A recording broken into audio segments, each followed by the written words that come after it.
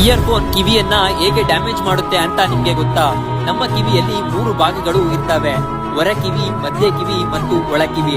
ನಮ್ಮ ಒಳ ಕಿವಿಯಲ್ಲಿ ಚಿಕ್ಕ ಚಿಕ್ಕ ಇಯರ್ ಸೆಲ್ಸ್ ಇರ್ತವೆ. ಈ ಇಯರ್ ಸೆಲ್ಸ್ ನಮ್ಮ ಮೆದುಳಿಗೆ ಶಬ್ದ ತರಂಗಗಳನ್ನ ಕಳುಹಿಸಿ ನಾವು ಶಬ್ದವನ್ನ ಕೇಳೋ ಹಾಗೆ ಮಾಡ್ತವೆ. ನಾವು ಹೈ ವಾಲ್ಯೂಮ್ ಇಂದ ಯಾವ್ದಾದ್ರು ಸಾಂಗ್ ನ ಕೇಳಿದಾಗ ಸೌಂಡ್ ವೇವ್ ನ ಫ್ರೀಕ್ವೆನ್ಸಿ ಜಾಸ್ತಿ ಇರುತ್ತೆ. ಇದರಿಂದ ಒಳ ಕಿವಿಯಲ್ಲಿರುವಂತಹ ಇಯರ್ ಸೆಲ್ಸ್ ತುಂಬಾ ಜೋರಾಗಿ ವೈಬ್ರೇಟ್ ಆಗ್ತವೆ. ಒಂದು ವೇಳೆ ಸತತವಾಗಿ ಹೈ ವಾಲ್ಯೂಮ್ ಅಲ್ಲಿ ಸಾಂಗ್ ನ ಕೇಳಿದ್ರೆ ನಮ್ಮ ಒಳ ಕಿವಿಯಲ್ಲಿರುವಂತಹ ಇಯರ್ ಸೆಲ್ಸ್ ಡ್ಯಾಮೇಜ್ ಆಗ್ತವೆ. ಇದರಿಂದ ಕಿವಿ ಕೇಳಿಸದೇ ಇರೋ ಸಮಸ್ಯೆ ಉಂಟಾಗುತ್ತೆ. ನಮ್ಮ ಕಿವಿ ಕೇವಲ 70 dBA ವರೆಗೂ ಮಾತ್ರ ಸೇಫ್ ಆಗಿ ಕೇಳಬಹುದು. ನಾವು 60/60 ರೂಲ್ ಅನ್ನ ಬಳಸಿ ಸೇಫ್ ಆಗಬಹುದು. ಅಂದ್ರೆ ವಾಲ್ಯೂಮ್ ಅನ್ನ 60% ಇಟ್ಟಿ ಸಾಂಗ್ ನ ಕೇಳೋದು. ಮತ್ತೆ 60 ನಿಮಿಷಕ್ಕಿಂತ ಜಾಸ್ತಿ ಇಯರ್ಫೋನ್ ನ ಬಳಸಬಾರ್ದು. ಯಾಕಂದ್ರೆ ಇದರಿಂದ ನಮ್ಮ ಕಿವಿಯಲ್ಲಿ ಗಾಳಿ ಪ್ರವೇಶ ಮಾಡದೆ ಕಿವಿಯಲ್ಲಿ ಬ್ಯಾಕ್ಟೀರಿಯಾ ಮತ್ತೆ ಫಂಗಸ್ ಹೆಚ್ಚಾಗಿ ಕಿವಿ ಇನ್ಫೆಕ್ಷನ್ ಆಗುತ್ತೆ.